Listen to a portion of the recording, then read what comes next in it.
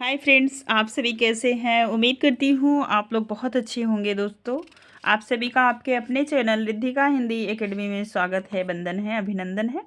हम पढ़ रहे थे वस्तुनिष्ठ हिंदी पुनीत राय की पुस्तक, जहाँ पे हमने दोस्तों भारतीय काव्यशास्त्र को कंप्लीट कर लिया था। हम पढ़ रहे थे इस समय पाश्चात्य काव्यशास्त्र, जिसके अंतर्गत हम प्रमुख सिद्धांत और प्रवर्तन को देख रहे थे। यहाँ तक आप देख पाएंगे तो कंप्लीट हो गया था दोस्तों।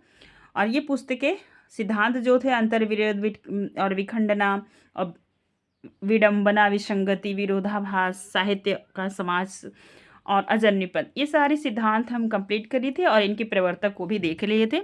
आज चलेंगे इसके आगे, देखेंगे कि कौन से जो है कि कथन है, किसके कथन हैं।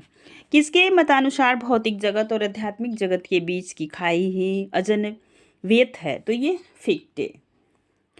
शरीर शरीर की कालिक स्थिति और प्रकृति के दुराव को अजन्मेपन किसने कहा, तो ये सीलर का कथन है। प्लेटो के अनुसार परम सत्य है प्रत्यय। प्रमुख मार्क्सवादी समीक्षक, यहाँ से प्रश्न बनते हैं कौन बिंबवादी हैं और कौन मार्क्सवादी हैं। अभी मार्क्सवाद आप देखे होंगे, तो यहाँ पे आपने देखा होगा जो प्रमुख लेखक और उनकी रचनाएं हैं और जो साहित्य इतिहास के थ्रू जो बताया गया है। वैसे ही पाश्चात्य काव्यशास्त्र के प्रमुख मार्क्सवादी समीक्षक कौन कौन हैं, आप ध्यान दीजिए।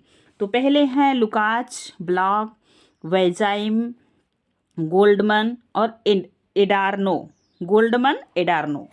प्रमुख विंदवादी लेखक कौन है, यहाँ से हर बार प्रश्न पूछा है। खासकर इजरा पाउंड के बारे में हरदम प्रश्न बनता है, तो ध्यान दीजिए और देखने का प्रयास कीजिए।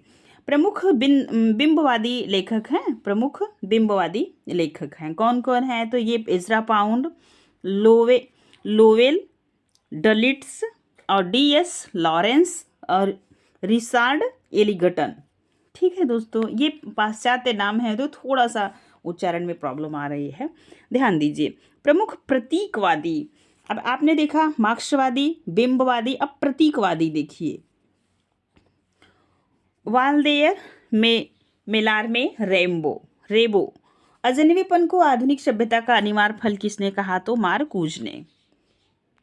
नई समीक्षा के प्रमुख आलोचक, ये यहाँ से भी प्रश्न जो नए जो है कि साहित्यिक इधर के हैं आप देखेंगे ना, तो इसमें इनके प्रमुख आलोचक कौन है और पाश्चात्य काव्यशास्त्र के अंतर्गत। तो पहला है रैनसम, ध्यान दीजिए, Ransom, Brooks, Roberts, Penn, Warren, इनका ये पूरा नाम है, और ब्लेक मर। प्रमुख अस्तित्ववादी कौन कौन से हैं, तो ध्यान दीजिए, जास्पर्स, हाइडेगार्ड, सात्र, किरकेगाद, पास्कल, नित्से फाक्का और ये कामू, ये बार बार पूछे जाते हैं। और इनके सिद्धांत कौन कौन से, इसे भी आप याद रखिएगा। अस्तित्ववाद के प्रवर्तक माने जाते हैं तो सोरेन, किरकेगाद, पास्कल। ग्रामेटोलॉजी, ये पुस्तक अभी जो है कि 2021 की परीक्षा में पूछी गई थी हायर एजुकेशन में, तो ध्यान दीजिए। तो ग्रामेटोलॉजी नामक ग्रंथ के रचयिता तो जॉर्ज देरिदा। अनुकरण सत्य से 3 गुना दूर है, मत किसका है, प्लेटो का, बहुत बार पूछा गया है। कल्पना मानव मस्तिष्क की बिंब विधानी शक्ति है, मत किसका है, कॉलरिज का। काव्य भाषा के रूप में ग्रामीण भाषा के पक्षधर थे तो वर्ड्सवर्थ। काव्य जीवन की आलोचना है, कथन किसका है, मैथ्यू आर्नल्ड का। ये तीनों कथन बहुत इंपॉर्टेंट हैं, ध्यान दीजिएगा। क्रोचे के अभिव्यंजना सिद्धांत को किस भारतीय आचार्य के सिद्धांत से जोड़ा जाता है, तो जो क्रोचे हैं तो एक बार ध्यान दीजिए, क्रोचे के अभिव्यंजना सिद्धांत को किस भारतीय आचार्य के सिद्धांत से जोड़ा जाता है, तो ये कुंतक के वक्रोक्ति सिद्धांत से। ये आपसे पूछा जाएगा पाश्चात्य शास्त्र और भारतीय शास्त्र में, ये सिद्धांत जो अभिव्यंजना सिद्धांत, ये दो मतलब पाश्चात्य शास्त्र के किस भारतीय काव्यशास्त्र से इनका सिद्धांत जोड़ा जाता है, तो कुंतक के वक्रोक्ति। क्रोचे के अभिव्यंजनावाद को भारतीय वक्रोक्तिवाद का विलायती उत्थान किसने कहा, तो ये शुक्ल का, ये भी कई बार पूछा गया है। कविता कवि व्यक्तित्व की अभिव्यक्ति नहीं, व्यक्तित्व से पलायन है, इलियट का कथन है, कई बार UGC नेट में पूछा हुआ है। ध्यान दीजिए। नई समीक्षा में तनाव शब्द है तो एलन टेट का है। और इम्बिगुइटी अनेकार्थकता, नई समीक्षा में इस शब्द के प्रवर्तक थे तो विलियम एम्परसन एम्पसन।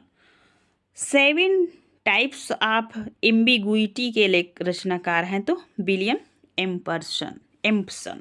ठीक है, एम्पसन है। अजन्मीपन किस विचारधारा की विशेषता है तो अस्तित्ववाद की है। अंतर्विरोध पैराडॉक्स शब्द के प्रस्तुत करता है तो क्लीथ बुक्स है। विखंडन डिकंस्ट्रक्शन शब्दावली के नई समीक्षा में प्रयुक्त है तो जॉर्ज देरिडा। कला अनुकृति की अनुकृति है, कथन किसका है, प्लेटो का। अर्थ समीक्षा सिद्धांत के प्रवर्तक है तो रिचर्ड। किस पाश्चात्य आलोचक ने काव्य के वैज्ञानिक मूल्य का सिद्धांत प्रस्तुत किया तो रिचर्ड की पुस्तकें भी बहुत इंपॉर्टेंट हैं। आदिम मनुष्य की भाषा को किस रूप में परिभाषित किया जाता है तो मिथक। बिंब कितने प्रकार के होते हैं तो 2, कई बार ये प्रश्न पूछा गया है।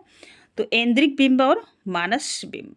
प्रतीक कितने प्रकार के होते हैं 2, पहला पारंपरिक और दूसरा वैयक्तिक।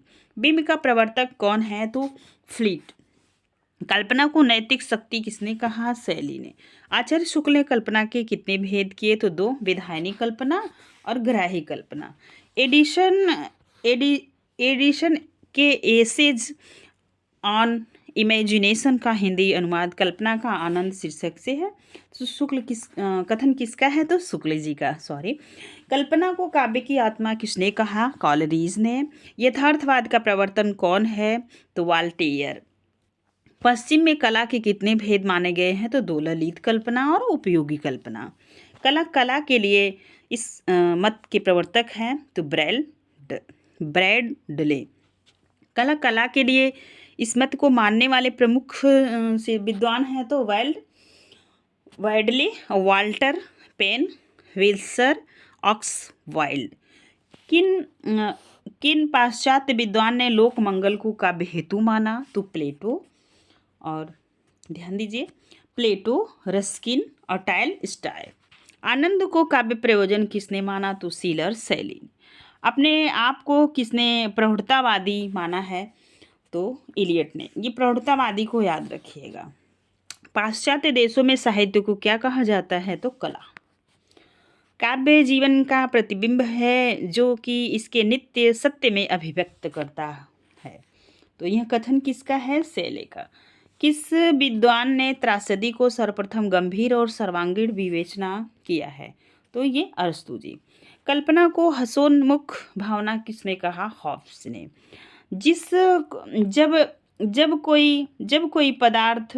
जब कोई पदार्थ किसी भाव या विचार को स्वीकृत उपलक्षण या संकेत बन जाता है तो क्या वह कहलाता है तो प्रतीक। बिंब का एक भेद प्रत्यक्ष बिंब किस दृष्टि से विभाजित है तो अभिव्यंजना से। केवल वे ही बिंब काव्यात्मकता से युक्त माने जा सकते हैं जो कि भावात्मक हो। कथन किसका है, कॉलरीज का। प्रतीकों के वर्गीकरण में सर्वाधिक महत्वपूर्ण और सफल प्रयास किसने किया तो अर्बन ने। साहित्य में यथार्थवाद के उदय का मूल कारण है तो साहित्य में अति कल्पना का विरोध, मतलब बहुत ज़्यादा कल्पना नहीं होना चाहिए। यथार्थवादी विचारधारा का जन्म किस शताब्दी में हुआ तो 19वीं शताब्दी में। पागल, प्रेमी, कवि तीनों कल्पना से ओतप्रोत रहते हैं। कथन किसका है, शेक्सपियर का। प्रतीक अहम की कारा से निकलने के द्वारा। कथन किसका है, बोरिस पेस्तरनाक का। आदि बिंब की चर्चा किसने की, युंग ने। आगे चलते हैं। अभिव्यंजना की दृष्टि से बिंब के कितने भेद हैं, 2, प्रत्यक्ष, अलंकृत। बिंब का प्रमुख कार्य है संप्रेषणीयता। काव्य बिंब यथार्थ के माध्यम से कल्पना द्वारा निर्मित एक ऐसी मानस छवि है जिसके मूल में भाव की प्रेरणा रहती है। कथन किसका है, डॉक्टर नगेंद्र का। स्वच्छंदनावाद का जन्म कब हुआ तो 18वीं शताब्दी में। 18वीं सदी के अंतिम दशक और 19वीं सदी के प्रारंभ में। तो अपने यहाँ तो 1918 से स्वच्छंदतावाद माना जाता है। भारतीय काव्य शास्त्र में प्रकृति की ओर वापस लौटो कथन किसका है? रूसो का। स्वच्छंदतावाद की प्रमुख विशेषताएं ध्यान दीजिएगा, ये आप नोट डाउन कर लीजिएगा भाई। विद्रोह की प्रवृत्ति, जैसे आपने निराला को देखा होगा। और आगे चलिए, कृत्रिमता से मुक्ति, जो बनावटीपन है उसे नहीं, जो रियल चीज़ें हैं उसे दिखाया जाए। मध्य युग की ओर प्रत्यावर्तन, कल्पना का प्रधान, महादेवी वर्मा को देखेंगे, जो शंकर प्रसाद को देखिए।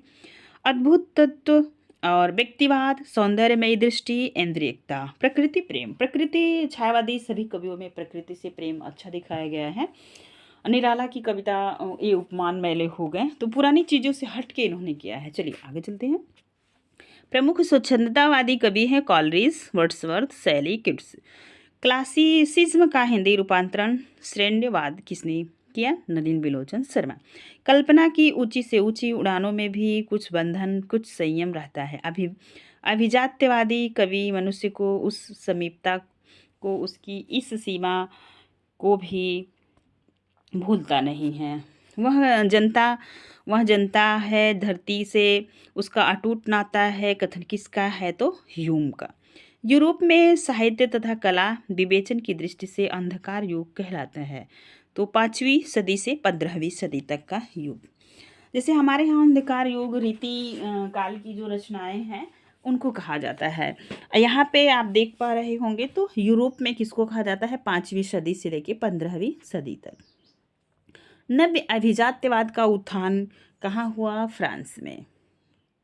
कहाँ पे हुआ? फ्रांस में। इंग्लैंड के प्रमुख नव्य अभिजात्यवादी आलोचक हैं वेन जॉनसन, 1573 ईस्वी। तो ये हैं 1573 ईस्वी वेन जॉनसन। 73 से इनका होगा 1637। जॉन ड्राइंड 1631 से 1700। अलेक्जेंडर पोप 1688 से 1744। सैमुअल जॉनसन 1740 से 95। इससे इनका जन्मक्रम आप याद रखेंगे, यहाँ से मिलाने वाले प्रश्न आते हैं।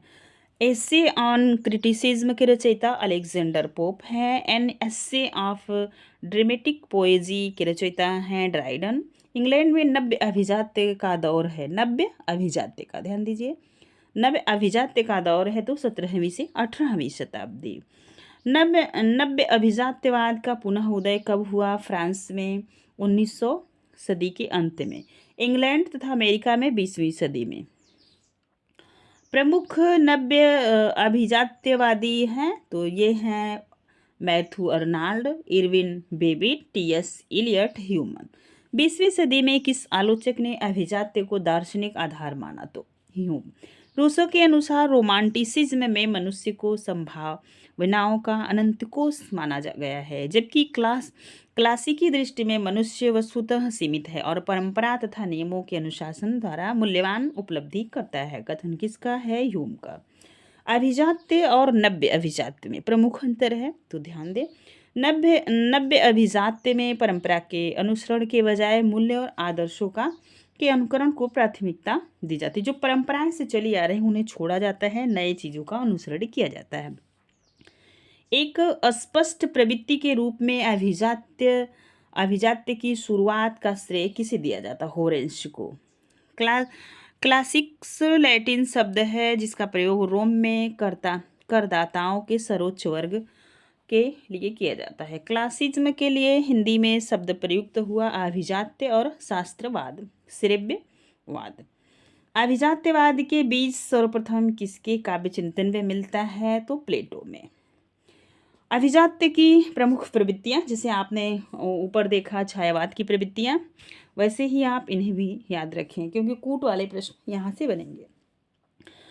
प्राचीन साहित्यिक परंपरा का अनुकरण, मर्यादा, औदात्य, आत्मा की गरिमा, स्वच्छंदता तथा प्रशांति पर बल, कला को वस्तुनिष्ठ मानना, भावावेग के स्थान पर भाव संयम और भाव व्यवस्था पर बल, सार्वभौमिकता, निर्वैयक्तिकता और परंपरानुगतिकता की दिशा में उन्मुख।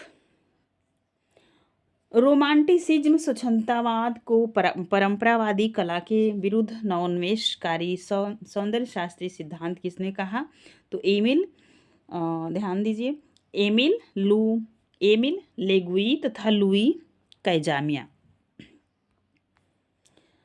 रोमांटिसिज्म शब्द का पारिभाषिक तौर पर सर्वप्रथम प्रयोग कब हुआ? तो 1661 ईस्वी। वो भी कहाँ पे? तो फ्रांस में। रोमांटिसिज्म का क्लासिसिज्म की विपरीत प्रवृत्ति के रूप में अर्थ निरूपण किसने किया? तो ग्लेसगल ने। नई समीक्षा के जनक माने जाते हैं तो T S Eliot. The problem of style के रचयिता हैं तो मिडलन मर्रे। रिवेल्युएशन नामक ग्रंथ के रचयिता हैं तो एफ.आर. लिविस। आंग्ल अमेरिकी साहित्य के सन 1930 से 60 तक के समय को साहित्यिक आलोचना में क्रांतिकारी युग किसने कहा? तो जॉन हालावे ने। नई समीक्षा शब्द का सर्वप्रथम प्रयोग कोलंबिया विश्वविद्यालय, ये जो कि अमेरिका में है, कि प्रोफेसर स्पिन गार्न ने सन 1910 में अपने एक लेख में किया। नई समीक्षा शब्द का सर्वप्रथम प्रयोग पूछा जा सकता है।